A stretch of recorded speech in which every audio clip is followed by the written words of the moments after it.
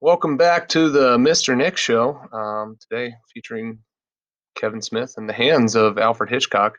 And we're looking at Photopea. This is really kind of like the first time I'm using this. So I'm learning about how it's working and how it's kind of similar to Photoshop and everything.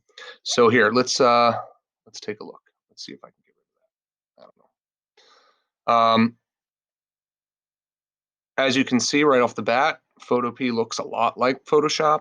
It's got layers, right? It's got a background layer. I brought in this layer of nothing, or just made it through the standard new layer button down here. And I also have two different layers, one with Kevin Smith.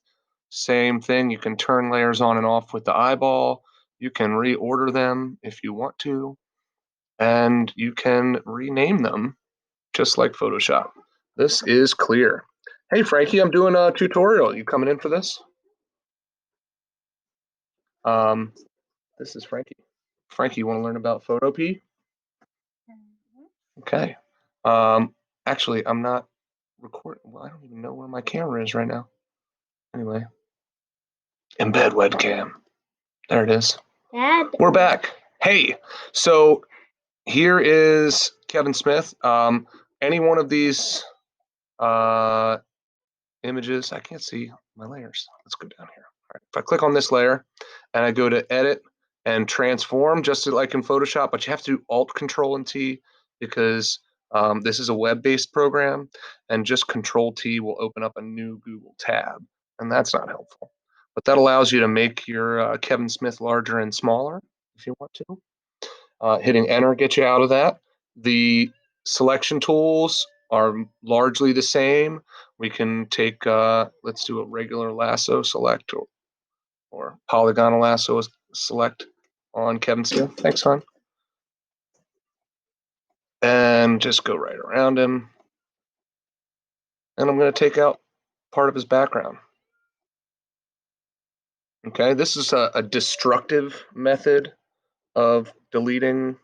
Smart object must be rasterized first. Okay, so let's right click on it and rasterize it. Cool, smart objects. We'll get into that later.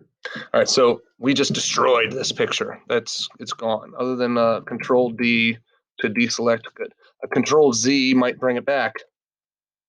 Yep, double Control Z anyway. But I do want it gone because I want to show you something. When deselect that, that's no good. This Alfred Hitchcock one has a quick mask right down here. This button, add a raster mask, has been applied to it. And if I'm working in the mask, you see it's highlighted here, it's highlighted here. This is working in the mask, this around here.